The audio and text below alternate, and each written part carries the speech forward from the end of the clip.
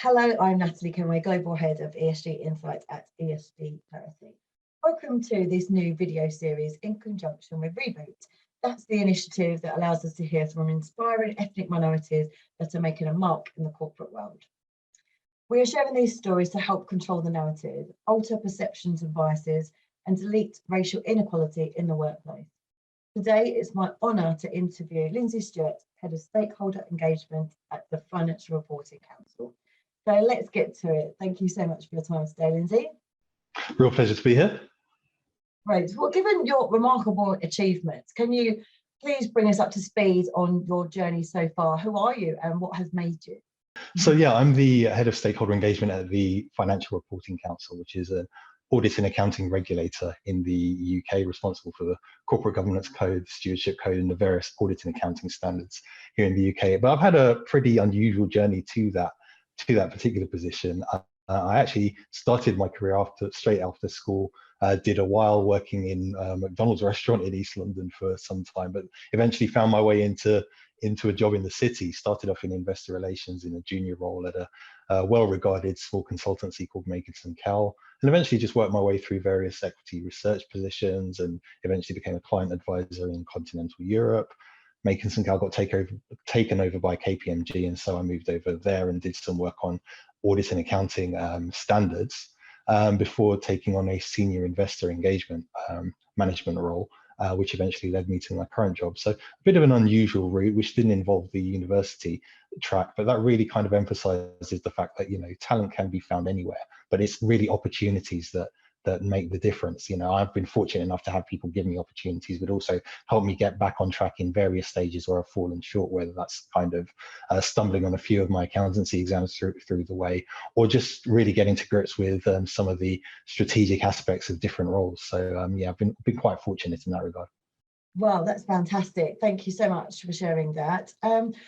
Could you talk a bit about what you think are the inherent practices that exist in society today that reinforce racism or systemic discrimination in the workplace, ultimately hindering ethnic minorities' progression?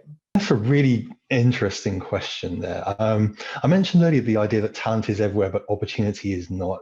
But I feel like that idea hasn't quite penetrated enough in society or even in the workplace, to the point where many hiring organizations are still very highly specific on what kind of background you have, what studies you need to have done, what does your academic record need to look like. Now, those things, don't get me wrong, are very important, but they are an indication of capability, but they're not performance itself.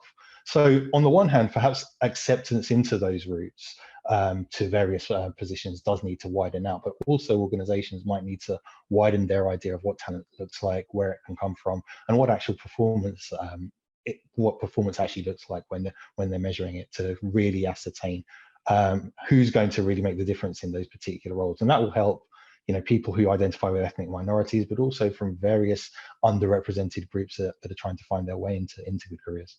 Yeah, that's very important. And what action should we be taking as a society and within the industry that we work in particular?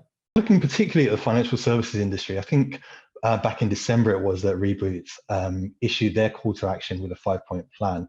And some of the things that stood out to me were the need to listen to all your employees in your organization. So there'll be those who are members of ethnic minorities who are directly impacted by the efforts being made on diversity and inclusion and building inclusive cultures, but everybody has a say in kind of building that culture. So it's a case of kind of bringing everyone along in that journey, making it a collaborative process, building empathy and understanding.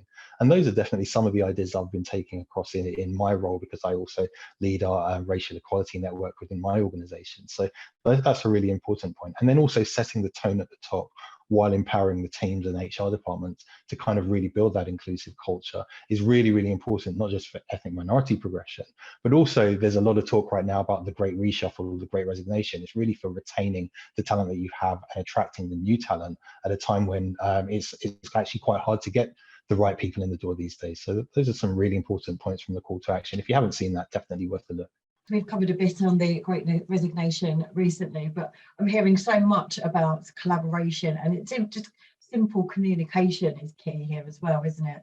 So as an ethnic minority role model leader, what advice would you give to other professional ethnic minorities and the next generation that you just talked about coming into the workplace? I think for me, and this is something I've mentioned on other interviews, is for me, I've had to kind of resist the temptation to keep a low profile. I'm naturally introverted and like to kind of avoid the limelight, but I am capable of putting in good contributions. So sometimes it's a case of getting out there and advocating for what you do. And I think the times when I've been successful have been times where I've been bold enough to advocate for a particular position, even if it wasn't popular, or really demonstrates a different approach to doing things that and building a consensus and bringing other people along with me. So it's a case of, being bold, speaking out, and really trying to make the impact that you came to make in the world. Resist the temptation to hide your light under a basket.